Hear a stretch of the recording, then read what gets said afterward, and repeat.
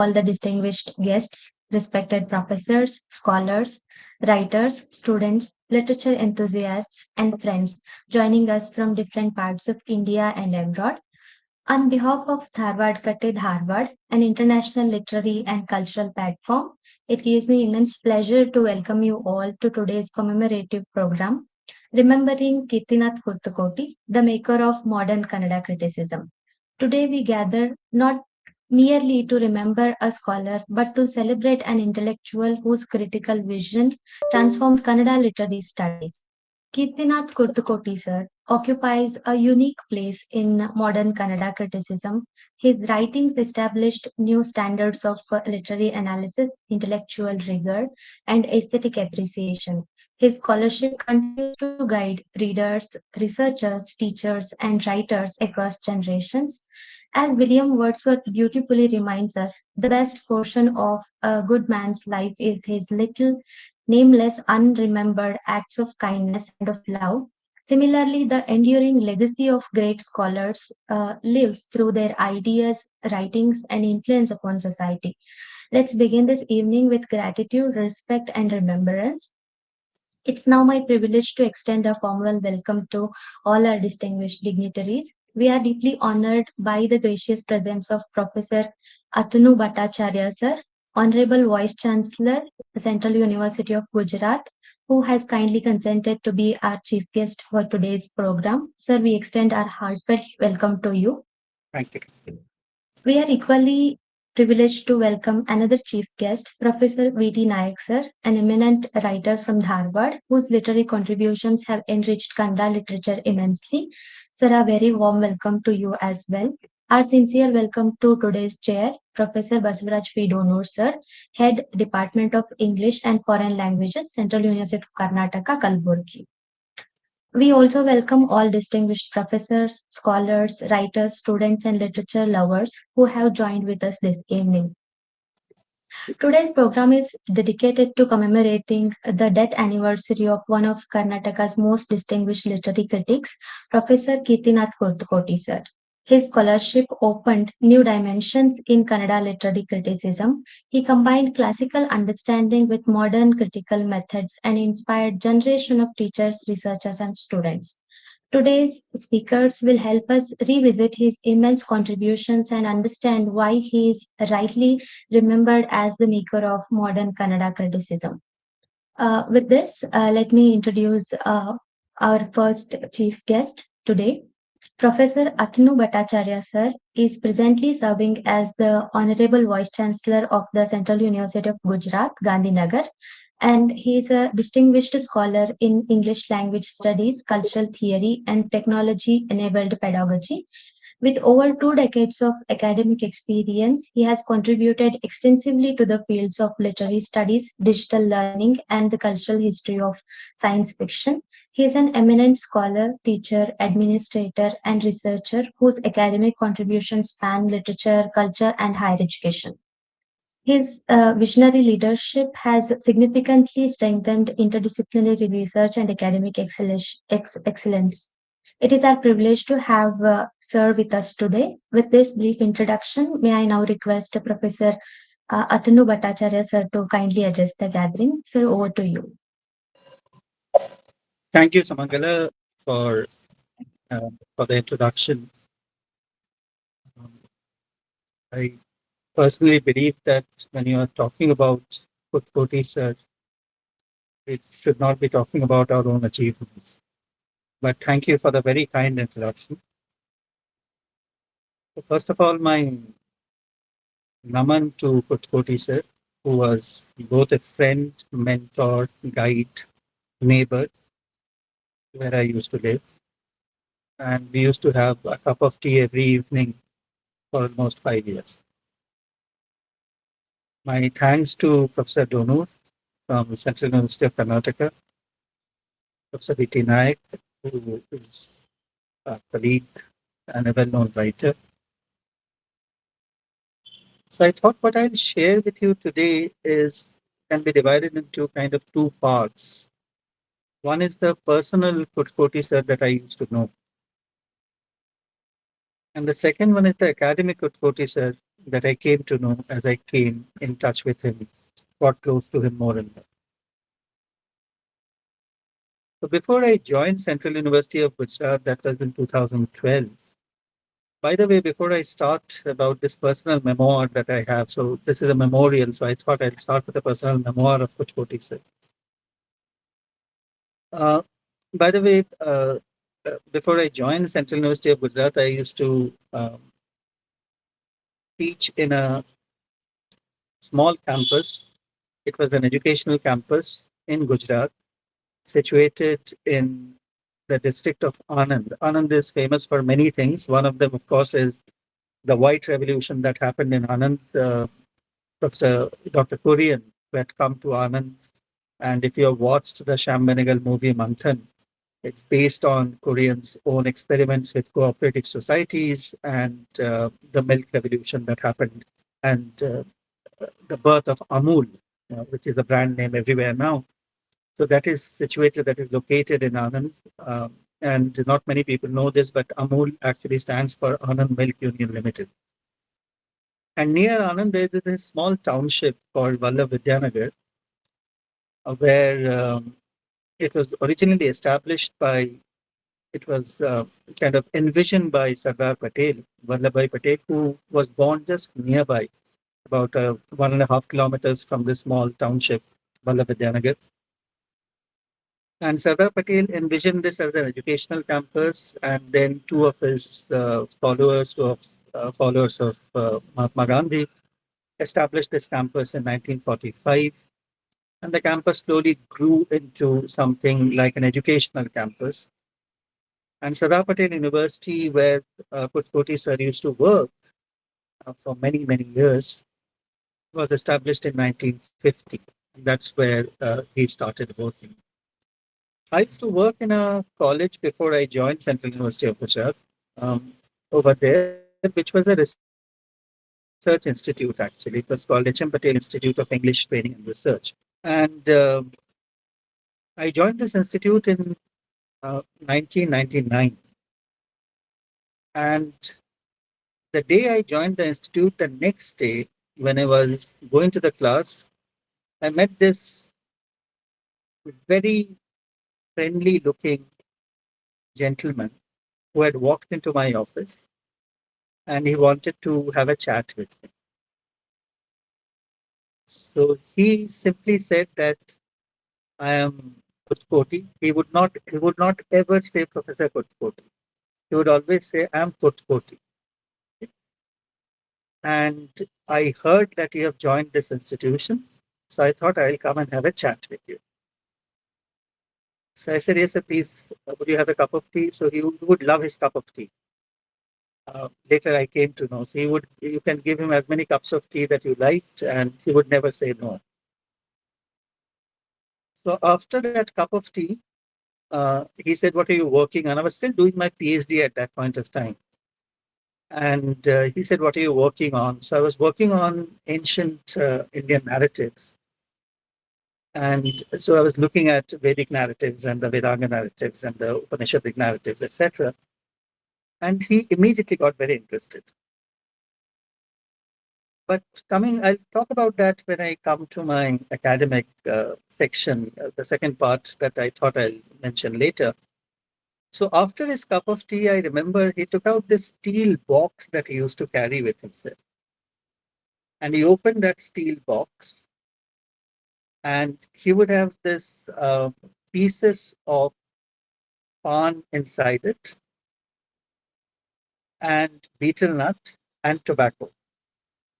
So he said, would you like to have some? I said, I don't take pan, but I don't mind. He said, this is specifically from the place I come from. I never buy the local stuff.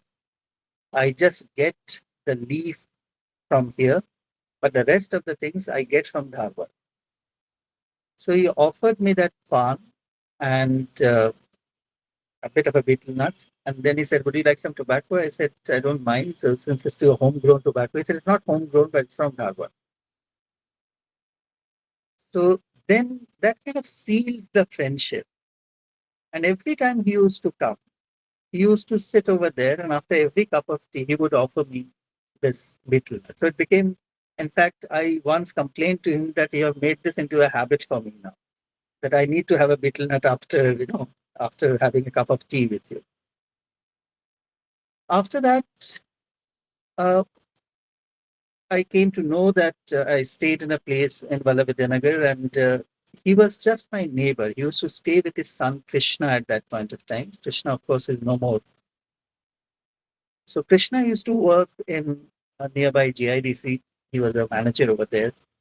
And so Krishna's wife and his son and daughter used to live nearby. They were the children were small at that point of time. Now, of course, they have grown up. They're still my neighbors, by the way.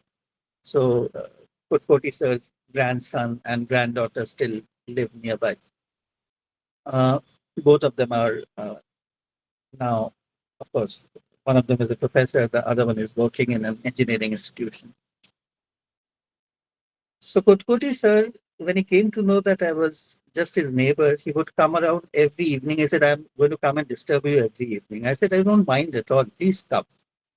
So he would come and have a cup of tea. And of course, the usual ritual of having the pan and the betel and the tobacco would continue. And then I realized, and this brings me to the second part that I wanted to talk about, was the academic side of it. So every day, almost for the 5, 6 years that we were together, unfortunately, when he passed away in 2005, um, I was not there. I had gone for 2 years to the UK, and I came to know that in those days, of course, the communication systems were a bit slow, but I came to know that he had passed away. So I wanted to come down and at least meet him, but it was too difficult. So I couldn't meet him during his last days. Then I came to that we had gone to Dharwad and he passed away there.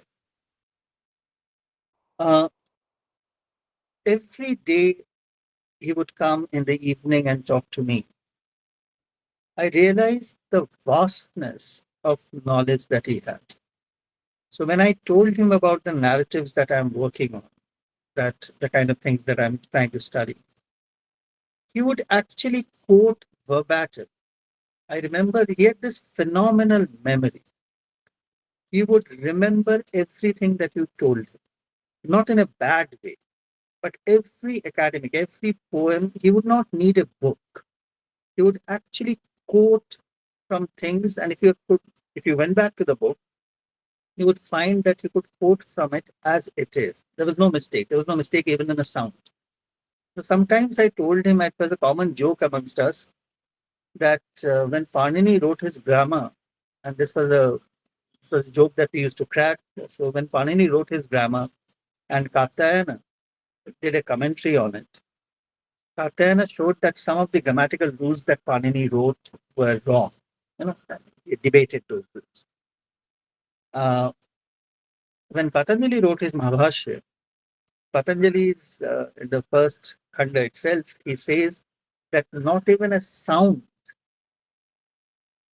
is wrong in Panini. And then, of course, he goes on to explain how it is. So I said, you are like, Panini and Patanjali mixed together. You would not even forget a sound that is there in a text, forget a word or a sentence or whatever. So he had this phenomenal memory of a certain sort. And it was not only limited to, of course, he was a professor of English. He had retired long time back. And when I met him in 1999, he had already retired for about 10 years. And so I told him that you come and teach our students. So he would come and teach our students. He would, especially mostly English literature courses. So along with English literature, the amount of knowledge that he had on regional literatures, and I'm using the word regional because it was not simply Kannada literature that he was associated with. He knew equally well about, for example, Hindi writers who were writing at that point of time. He would know about Tamil writers, he would know about Malayalam writers, writers writing in Telugu, writers writing in Marathi. He had a very special connection with Marathi literature. And therefore, it was a kind of a voluminous range of knowledge that he had. One. Secondly, it was not only simply that he knew about contemporary literature or modern literature. his knowledge of ancient literature, his knowledge of Sanskrit literature, for example, was voluminous. He would actually quote Kalidas, I remember, verbatim. Uh, and then when we started talking about his own scholarship, I came to know that he had got the Sahitya Academy Award, not once, but more than once. I asked him what was the book about, and he said, "Well, it was a book," and he was very modest about it all. It was that was the greatest quality. I mean, you would not know that he's such a big, massive figure in the world of literary criticism in India. He was so humble and modest that he would say, "Oh, it was a book about how modern Kannada criticism should approach the analysis of text. How do you combine ancient knowledge, ancient forms of criticism with modern forms that are coming?" He was equally interested in literary theory, which was quite a big fashionable thing to happen during that point of time. So he would be equally versed in literary theory. So you could discuss the structuralists and the post-structuralists and the postmodernists with him, and he was equally at ease with them. But he was equally at ease with Bharat and Patanjali and Bhattacharya and every one of them. And this was one of the qualities as an academic, I thought, that he brought with him, with a great amount of humbleness and a great amount of modesty. This third thing that I would like to note over here as a kind of a memorial, this thing was when I came to know that he passed away in 2005, uh, and I was just submitting my PhD thesis. So generally the dedication goes to someone know, someone in your family or something or the other. So I was looking at the PhD thesis a couple of weeks back.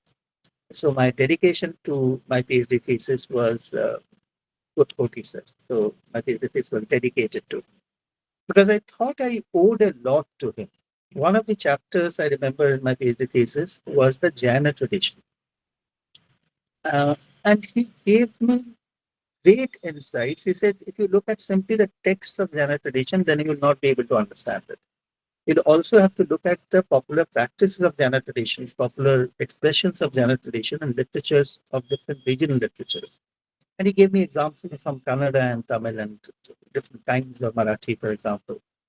And that kind of became a part. So without him, I don't know whether I would have been able to organize the thesis in the way that I wanted to organize it.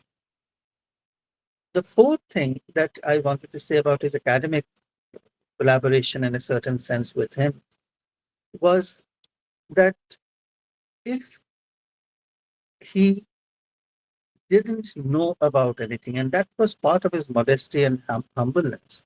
If he didn't know about anything, he was always ready to learn if you knew about it. He would never say, "Oh, it doesn't matter, I already know a lot." He would say that I don't know this, but I'll read it up. But can you give me the references or can you tell me about what it is about? And these are qualities that you always learn from your mentors. And I truly believe that he was a great mentor to me. Because these are qualities that then you start assimilating within yourselves. Because this is what I thought scholarship looks like. He knows so much, but he's also humble enough to say, "I don't know this, and I am ready to learn it from you." And remember, I was hardly 30 at that point of time, 28, 30, and he was already 70.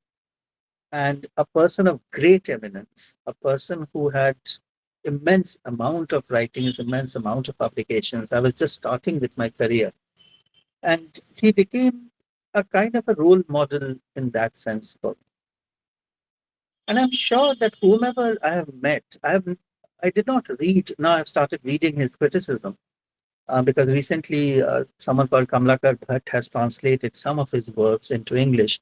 Unfortunately, most of his work has remained untranslated for a very long time, which is rather sad. But through discussions with him, I could see what he was doing with criticism in a certain sense. So one of the things that I think Sumangala mentioned was to bring a kind of a synthesis between earlier forms of understanding Sahitya and the new forms of understanding literature. And I'm using the two words separately because Sahitya is not literature, but the way we look at Sahitya is can also be synthesized with the way we look at modern literary forms. So that is one thing that he kept on talking about. The second thing he would talk about, and he was very good with jokes. For example, he would, I remember, not only know the poems and the writers, but he would also know about the different types of personal anecdotes that these writers had. So his one of his favorite poets was W.B. Yeats, I remember. And he would keep on quoting Yeats all the time. And he would also tell all these rather spicy stories about Yeats's love life and Yeats's, affairs with different women, Yeats's impossible love with Maud Gonne and all that. And I said, how do you know about all this? He said, well, it's all there in the books, but also I've met people, a large number of people who came and met me, and they've told me that they actually knew personally Yeats, and they've told me that this is what happened actually. So he was a kind of a scholar who could bring down the the jargon of scholarship down to the level of a person whom he's talking to. He was not someone whom you heard and did not understand or thought that you understood because he was such an eminent scholar. He was a scholar who could translate the most difficult terminology, who could translate the most difficult concepts into ideas that were palatable to everyone, that everyone could understand. And that I think is his greatest contribution to criticism, because for a very long time, criticism has remained in this ivory tower where authors and critics kind of live in two separate worlds. Because I knew that he was very good, and he would tell me, Amen, a number of stories which I can't share now, a number of stories about A.K. Ramanujan, for example. He was very good friend with A.K. Ramanujan. He had family relations with them. He would tell huge amount of stories of how Chakori was written, for example. He would tell huge amount of stories about Girish Karnad, for example, and they were all personal friends. So he was a person who was not only in touch with the critical theoretical model, but also with authors who were actually practicing literary giants themselves.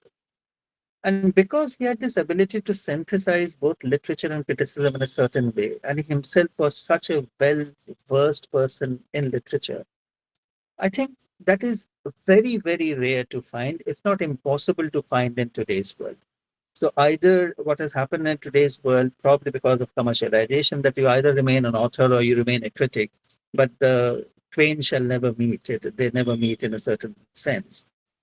But Kurthkoti sir could make those two ends meet and make it available to a large section of society to whom literature was something that could be read and criticism was something that was done in academic departments, which was what he showed need not happen. So criticism could be for everyone. Criticism could be literature and criticism could come together in such a way that you can redefine the nature of criticism. In fact, this uh, memorial is for his contribution to modern Kannada criticism, and he always reminds me of. I come from Bengal. He always reminds me of this 19th century Renaissance man. So this Bengali Renaissance man whose knowledge knew no boundaries, and I can think of many examples. Um, One of my favorite examples, which I again used to discuss with him, was this doctor in Bengal in 19th century called Mahendralal Sarkar. Mahendralal Sarkar was an allopathic doctor. He was one of the earliest pass outs from 1850s uh, from the Calcutta Medical College, which was established recently. He became a doctor. He didn't like the methods that were used for treating patients, so he started practicing homeopathy. His license was revoked by the medical council, uh, and became quite a well-known name in homeopathy and also Ayurveda. Uh, but this man not only had knowledge of medicine, both Western and Indian and other forms, but also was a great literary artist. He was friends with Tagore. Tagore was young at that point of time. He was friends with Girish Ghosh, who was quite a well-known dramatist. Uh, he was friends with Jagdish Chandra Bose, who was a scientist, and his if you look at his writings, he's not simply talking about medicine. So it knew no disciplinary boundaries. So he sometimes said, you remind me of Mahendra Sarkar. In fact, it looked like Mahendra Sarkar quite a lot. So I said, you remind me of Mahendra Sarkar, who was this polyglot, polymath, who had knowledge of almost about everything, but was extremely humble, was extremely down to earth. So I think the best memory or the best memorial to Kurthkoti sir is, and he won't like wherever he is, me calling him Kurthkoti sir, because he would always say, you call me Kurthkoti, you don't call me Kurthkoti sir. I said, but I can't call you Kurthkoti. It's impossible for me to call you Kurthkoti. So I'll call you Kurthkoti sir. Uh, so one of the, I think my tributes to him, wherever he is, if he's listening, and I'm sure he is, and he's smiling, I'm sure that he had this very mystic smile. So you don't know what he's thinking. He had this smile at the end of his lips. And I'm sure he's smiling wherever he is. So my tribute to him would be that if we are doing scholarship today, and if we consider ourselves to be scholars or writers or whatever we are, I think one of the things that Kurthkoti sir taught me is that knowledge knows no bounds. It doesn't matter what you're reading.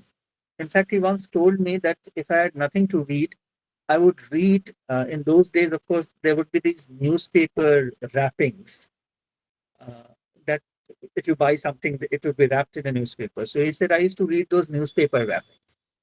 So knowledge really knows no bounds. And that's probably the greatest tribute to him that I can pay today. But thank you so much for calling me during this memorial to him. And I do really remember him very, very fondly and do miss him. So every time I see his grandchildren, and they're also very friendly with me, they call me sir now. Uh, I actually see a kind of a reflection of him in them as well. Both of them are teachers, uh, and Krishna was a good friend of mine. So it's a kind of a family man that I have lost. And I hope that wherever he is, he's happy. And I'm sure that his criticism and whatever he has left behind, the legacy that he has left behind, he used to say, I remember, that you're remembered by your words. You're not remembered by who you are, where you sit, which chair you occupy. That doesn't matter actually. It's only your your remembrance is only through words. And it's through my words today. I hope that I have been able to remember him well. And I hope that everyone over here uh, will remember him as fondly as I do. So thank you very much, Professor Donur and Samangala and Professor Naik, for having me over here. Thank you so much. Thank you very much, sir. Your insightful reflections have beautifully highlighted the significance of Kirthinath Kurthkoti sir's intellectual legacy. Your inspiring words will certainly remain with us. Thank you, sir. Thank you. It's now my privilege to introduce our another distinguished guest, Professor V.T. Naik, sir. He is a retired professor of English, literary critic, and translator based in Dharwad, Karnataka. He served for 33 years at Kittle Arts College and is noted for translating numerous short stories between Kannada and English. Professor Naik, sir, is a highly respected writer and literary personality from Dharwad. His scholarship, literary insights, and critical understanding have enriched Kannada literature for decades. Sir, we are equally honored to have you invited to share your thoughts. Sir, over to you now.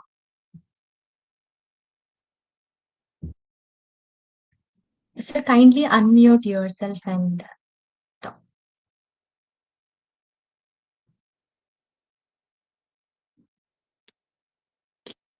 Good evening to all the viewers and listeners of Dharwad Katte, Dharwad.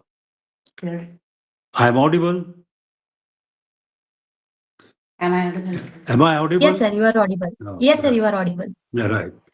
At the outset, I would like to express my deep sense of gratitude to Dr. Basavaraj Donur and all the office bearers of Dharwad Katte for arranging this program in commemoration of Professor K.D. Kurthkoti, one of the most distinguished pioneers of modern Kannada literary criticism.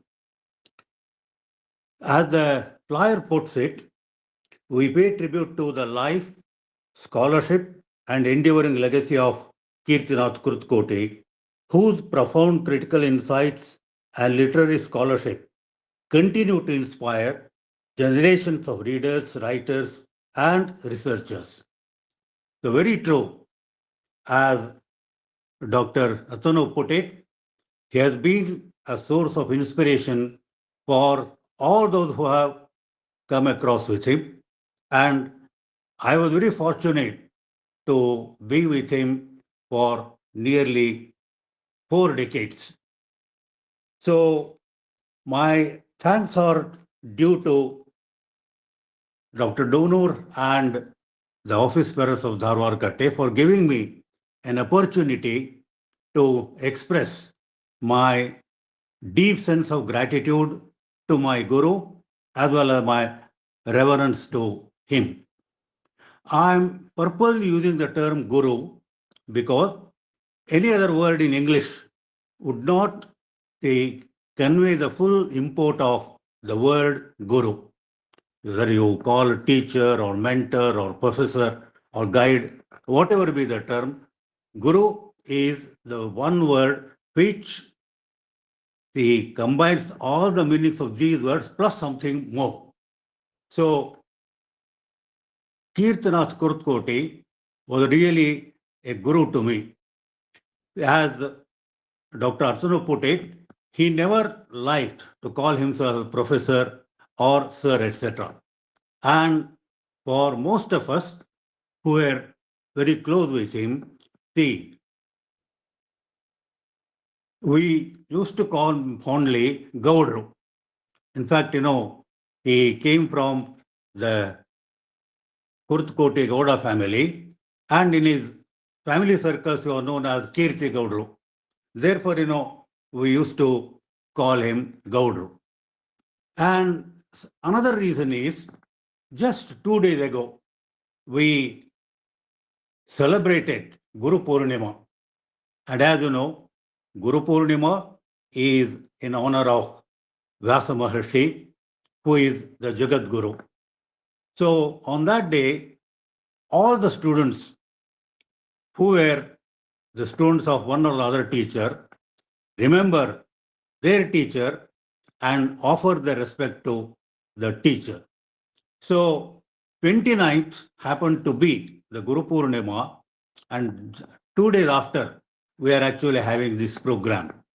And another reason is on 29th, G.B. Joshi, the founder, editor of Manohar Granthamala, and who was something like a patron saint to Kirthinath Kurthkoti, it was his birthday. So on that day, we had a function in honor of both G.B. Joshi and Professor Kirthinath Kurthkoti. So when Dr. Donur suggested to me that I would say a few words about Kirthinath Kurthkoti on this day, I happily agreed because I would be paying my respects to both these stalwarts.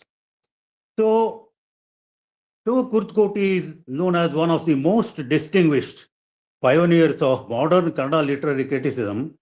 He is also known as a renowned scholar, poet, playwright, short story writer, translator. In the latter part of his life, he turned to column writing to various Kannada dailies and monthlies.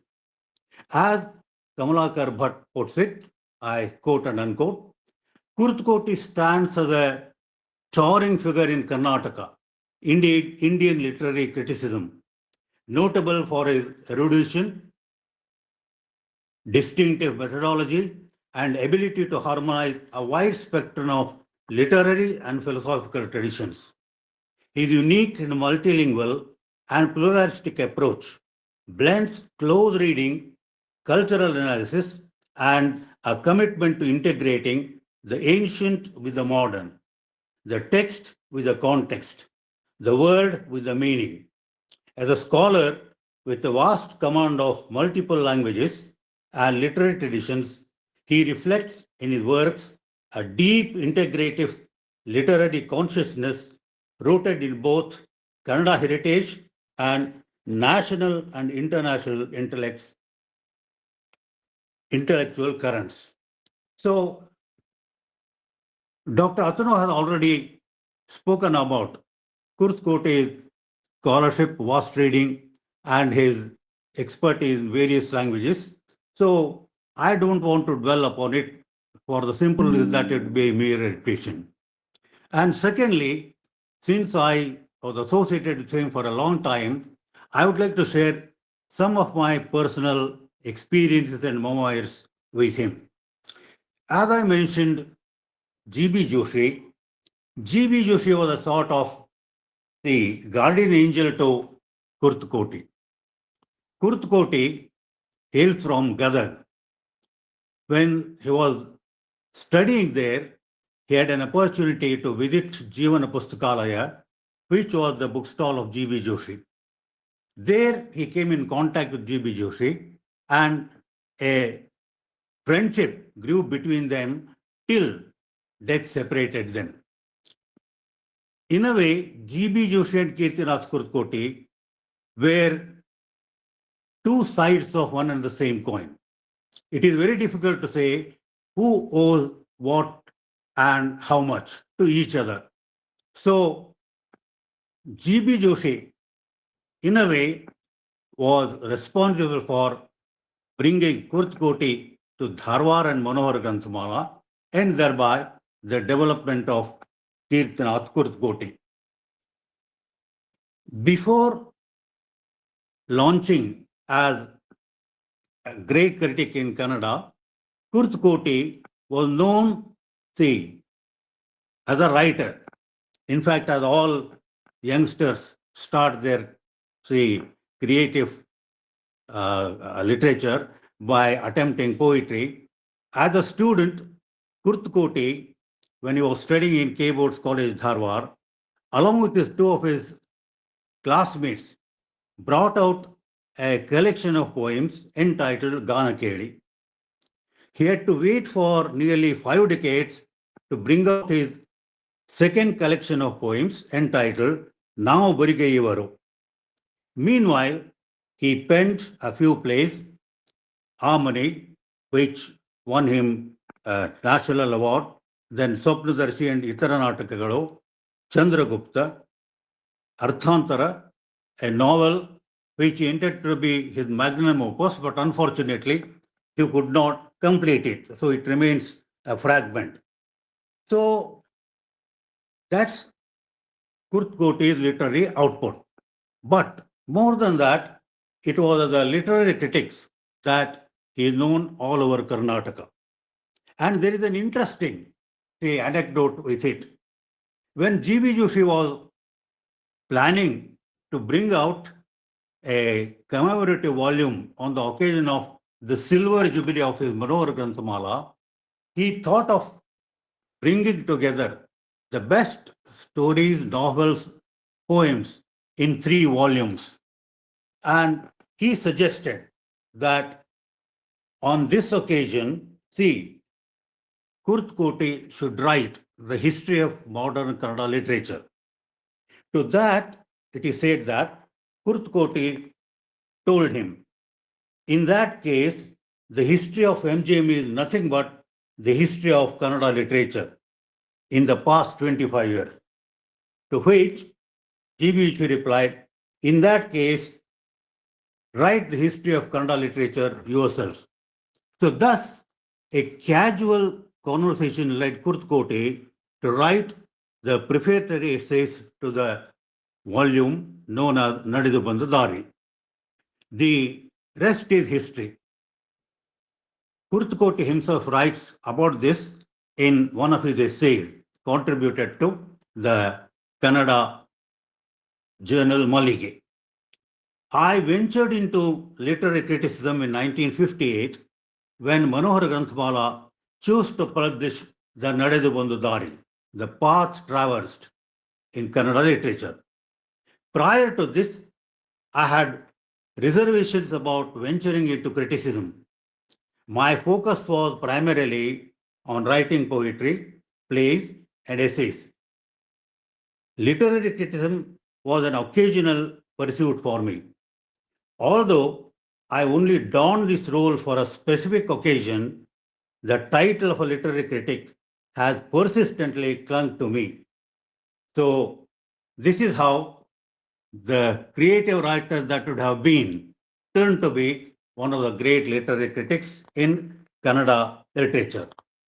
So, later, the preparatory essays that he wrote to each of these three volumes were brought in a book called Yugadharma Hagu Sahitya Darshana.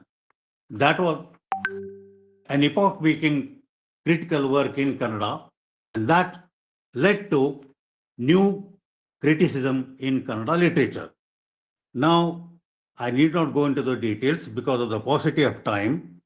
See, it is not possible to give a complete picture of Kurthkoti's works and his achievements. As all of us know, Kurthkoti was gifted with wonderful memory. So I would like to share some of anecdotes connected with his wonderful memory. Many of his friends and his admirers called him as a living computer, or he was more than a computer. As Dr. Atanu pointed out, he could quote profusely from the texts, ancient texts, modern texts, European texts, and he never missed a single comma. That was his wonderful memory. And there are very interesting stories connected with his memory.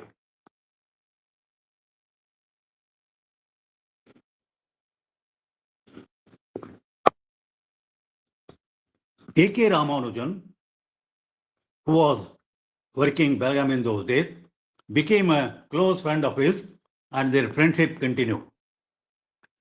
Once, when Ramanujan had an opportunity to introduce his wife, Molly, to Kurthkoti, it is said, he told her, Molly, beware of Kurthkoti's memory. He remembers even my unwritten poems by heart. So, which shows, what others held Kurthkoti's memory in such a high esteem. Another interesting thing is, Kurthkoti was very fond of three poets. One was Kalidasa from Sanskrit literature, the other was Kumaravyasa, the epic poet. In fact, it is said that Kurthkoti belonged to that illustrious family. He knew by heart the entire epic poem written by Kumaravyasa, as it is called Gadugina Bharata or Bharata Katha Manjari.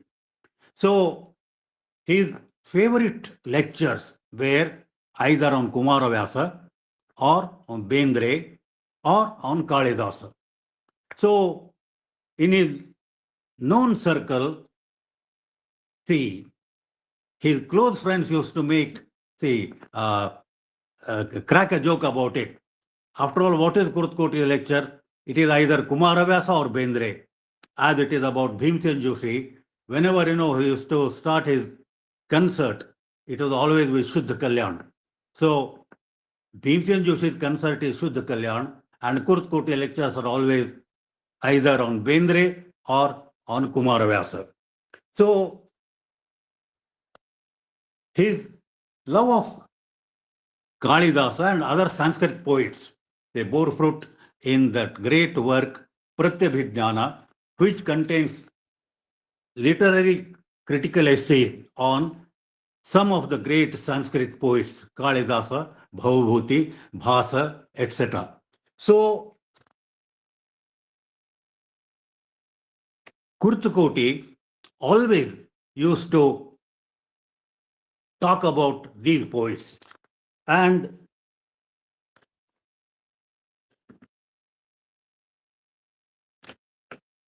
though he was known for his great memory, it was always about the great works that he read.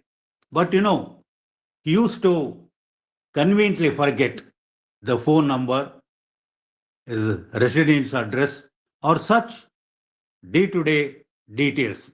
Whenever somebody requested him, sir, give your phone number or give your address, immediately he used to turn to me and Naik, he is asking my phone number and address, please give him. So in other words, he was always lost in the world of literature or literary criticism. And see, he loved the company of people. He just, Dr. mentioned it, Kurthkoti loved the company of people. One thing he was scared of was loneliness. I will just give an example. See, I had gone to Bhopal to attend the marriage ceremony of my colleague's son. As we were returning, the train stopped at some station early in the morning, say about 6:30 or 7 o'clock. When I saw through the compartment, I saw Kurthkoti rushing towards a tea stall. Immediately, I approached him and said, Gowda, how come you are here? Then he said he was actually returning to Dharwad from Anand. But what he said was, Naik, I was so lonely in my compartment, you please come and stay, sit with me so that I can spend time talking to you. In other words, he loved the company of people.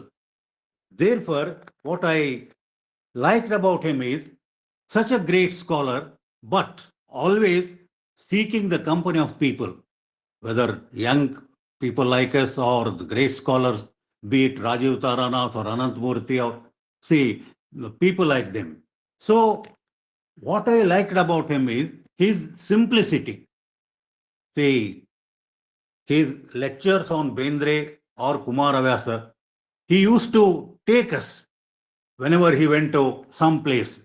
I went with him to places like Bangalore, Gulbarga, Udupi, Shivamogga, etc. See, he never went alone.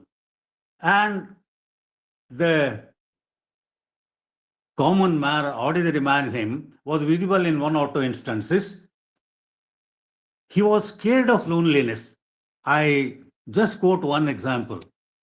When he was to attend a Sahitya Academy meeting in Bangalore, he took me along with him and told me, see, Mr. Naik, until the meeting is over, you have to sit outside and wait for me. Don't go anywhere.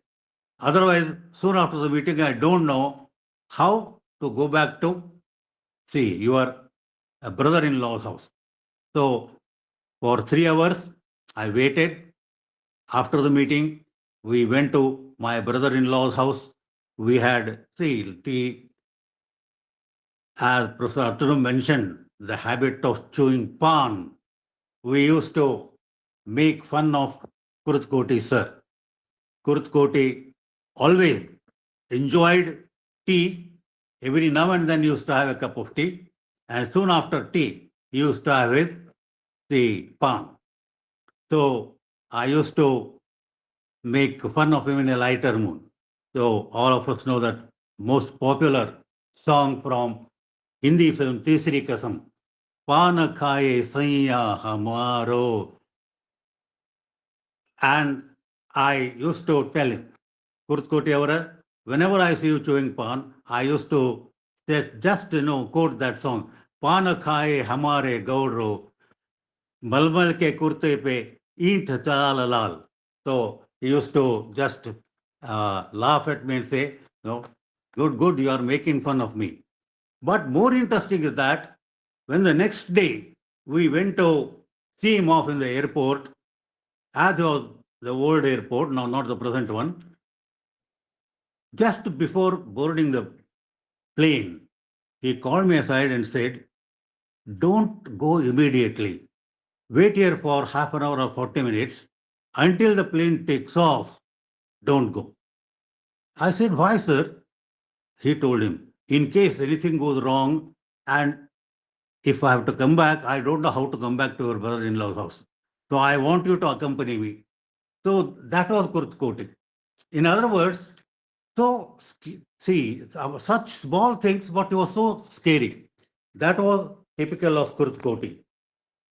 So, before I would like to conclude, I want to just sum it up by saying one thing. There are two types of scholars: those who are very knowledgeable, scholarship, and they wear their scholarship as an aura around their head, and thereby they keep aloof from the people. The second type of scholar is a scholar like Professor Kurthkoti. He loves people.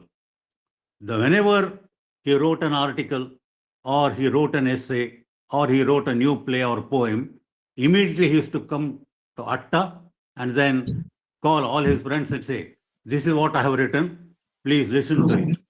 In other words, he used to share his knowledge with others, and thereby he used to impart knowledge, and thereby he got pleasure. The pleasure that he created in sharing knowledge with others and thereby partaking his joy with others is something rare and great. So, my respects to Professor Kurthkoti. There are many more anecdotes, many more things to share, but because of paucity of time, all that I want to say about him is such a great man that we had the opportunity to be with him and spend a lot of time with him. I was very fortunate to have been his student. So, such was Professor Kurthkoti, my guru. When will come another Kurthkoti? Perhaps never and never.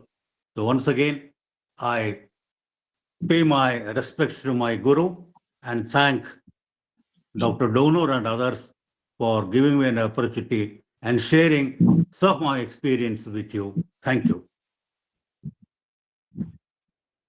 Thank you so much, sir. Your thoughtful reflections have helped us appreciate the remarkable depth and enduring relevance of Kurthukoti sir's contribution to literature and his experience with you. Thank you so much. Now I request Professor Basavaraj P. Donur, sir, Head Department of English and Foreign Languages, Central University of Gujarat, and V.T. Naik, an eminent writer from Dharwad, and I'll stop talking about other literary problems. He started only talking about Professor Kirthinath Kurthkoti. I asked him, when did you meet him? He said, I was his. I know that he is currently working as the Vice-Chancellor of a Central University of Gujarat. Despite his very hectic schedule, he could. We must also thank Professor V.T. Naik, our own writer, our well-wisher, because he happens to be a student of Professor Kirthinath Kurthkoti, and he lived with Kurthkoti for more than 3 decades. And he has a lot of personal experiences to share with us. And today, in his as fortunate as Professor V.T. Naik, because he lived with him for 30 years, and I could live with him only for 10 years. I met him in 1993, and he breathed his last in 2003. But I spent a lot of time with him during these 10 years classes, and he was working as a guest lecturer, and not for the sake of money, of course, we all know it. So when before I could listen to Professor Kirthinath Kurthkoti, Professor Venugopal spoke highly about Kirthinath Kurthkoti. And every day he used to come to our class and speak about Kirthinath Kurthkoti. You are very fortunate because you are going to have Kirthinath Kurthkoti as your teacher. So we developed a lot of interest in Kirthinath Kurthkoti before we actually met him. But when he met us and engaged his first class, Canterbury Tales, he taught us Canterbury Tales, metaphysical poetry, and Paradise Lost, and a couple of novels. And it's something. It's like love at first sight. Love at first sight. Loving a teacher, loving a guru, and loving somebody, there is a big difference. So I loved him, and he loved me. And he also became my guru in the real sense of the term. He was guru to V.T. Naik sir, and he was guru to me, and he was guru to a big number of pupils in Dharwad, Anand, and invaluable contribution to literature and culture. And as I said to you, I spent 10 years with him from 1993 to 2000, sir, and because I don't believe that he is gone. I don't believe he is gone. He lives on in my heart and in my soul, and he will continue to live there for as long as I live. His love, memories, and presence will remain with me forever. So he is an integral part of my personality and my existence. I can't think of myself without Kirthinath Kurthkoti. I owe a lot to Kirthinath Kurthkoti and one more teacher, G.P. Sajjan. We will talk about G.P. Sajjan on some other occasion. And I have so much to share with you about Kirthinath Kurthkoti, but I will be sharing some of my own experiences in the next 4 to 5 minutes. Then, because it's already 7:10.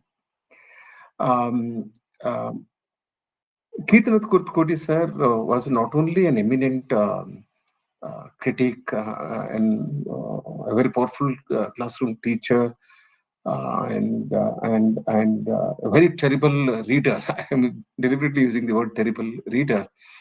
And about his memory power, V.T. Naik sir has shared a lot of anecdotes, and we were all witness to his very enormous living memory power. It's not like, please don't think that he used to by heart or commit to memory. No, it's not like that. You know, forget about poetry. Even prose also he used to remember.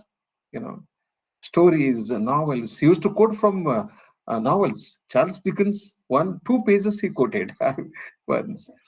So he had, very, very powerful memory power. So that's not very important for me. Kirthinath Kurthkoti sir was a very genuine human being. Very, very genuine human being. Very sensitive, very kind, very considerate. Whenever I went to his house, he never used to ask me about what I was reading, what I was writing. His first question would be, how are you? Are you fine? Are you okay? How is your health? When will you get married? I was not married then. And he also used to tell me, Donur, when students come to you, don't ask about their studies. You just ask them, how are you? Are you fine? Any problem? So that's what he used to tell me. He taught me. He not only taught me literature, he taught me many things. So and Vimarshaya Vinaya, Kadambariya Vinaya.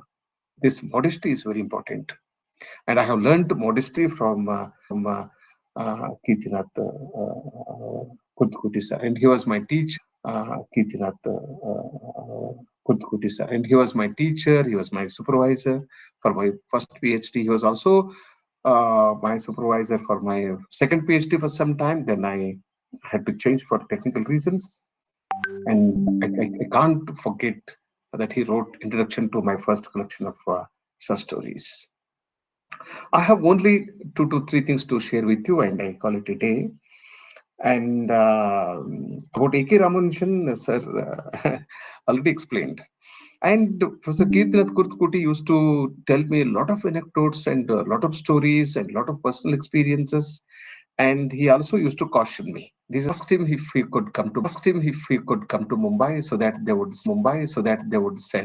spend a day or two. And they would spend a day or two. And Girish Karnad quickly responded and replied, and came to some corner, and they were sitting on the chairs and talking to each other. Then came Dharmender. Then Girish Karnad said, "Meet Professor Kirthinath Kurthkoti, the finest Kannada critic, and my mentor and my friend." Then he was very happy to meet. Then came his son, Sunny Deol. And Dharmendra told him, "Beta, salute karo, Kirtinath Kurtakoti जी आया है कर्नाटक से, बहुत बड़ा लेखक है. That's what he said. Then Sunny Tail, hi uncle, he said. And Dharmendra was so upset that he slapped him in public. He was also an actor. I said to you that he is an eminent Kannada writer. You are saying, hello uncle, touch his feet. Stupid. Then he touched his feet and apologized. This is one of the incidents he narrated with me. So many such incidents, Naik sir, we'll discuss later on.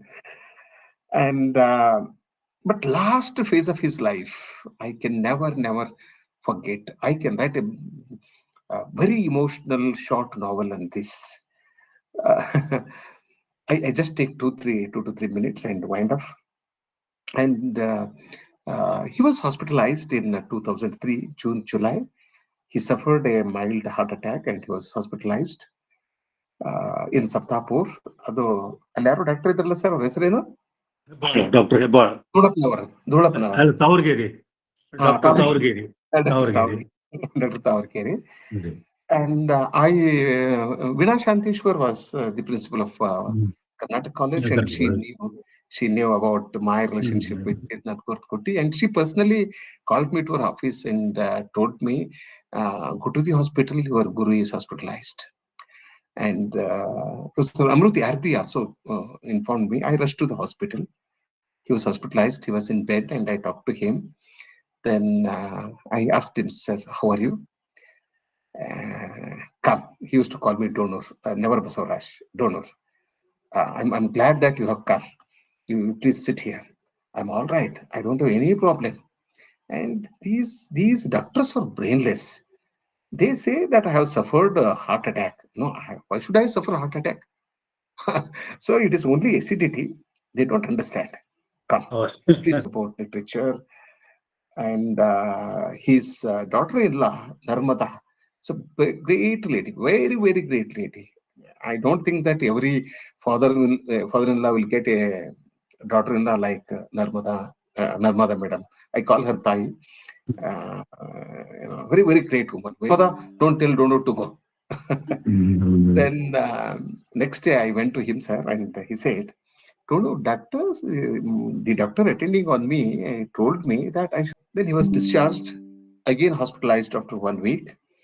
Then again I went to the hospital. Then he said, say, doctor met me this morning and said to me, Mr. Kurthkoti, you have read enough, you have read a lot, you have written a lot, you have discussed a lot. Now stop it, because we want you to live for a long time. Then he said, Donur, if I'm not to read, if I'm not to write, if I'm not to speak, why should I be living? Why should I be living? I should be dead. Let me see what happens. I will read, I will write, I will discuss. Who bothers about death? That's what he said to me. And remember, then he continued to read, he continued to write, and he continued to discuss. He stopped only when he died. And he's a wonderful man, very wonderful teacher, and the greatest Kannada critic. The people have yet to understand the importance and significance of Professor Kirthinath Kurthkoti. And it's very difficult to get a critic like him. It's very difficult to get a teacher like him. It is very difficult to get a man like him. And we have lost him. Anyway, this is part of life.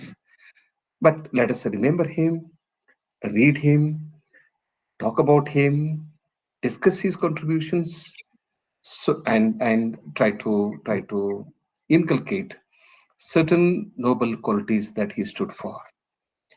And I appeal to the soul of Kirthinath Kurthkoti to always bless us and take care of us. Thank you so much.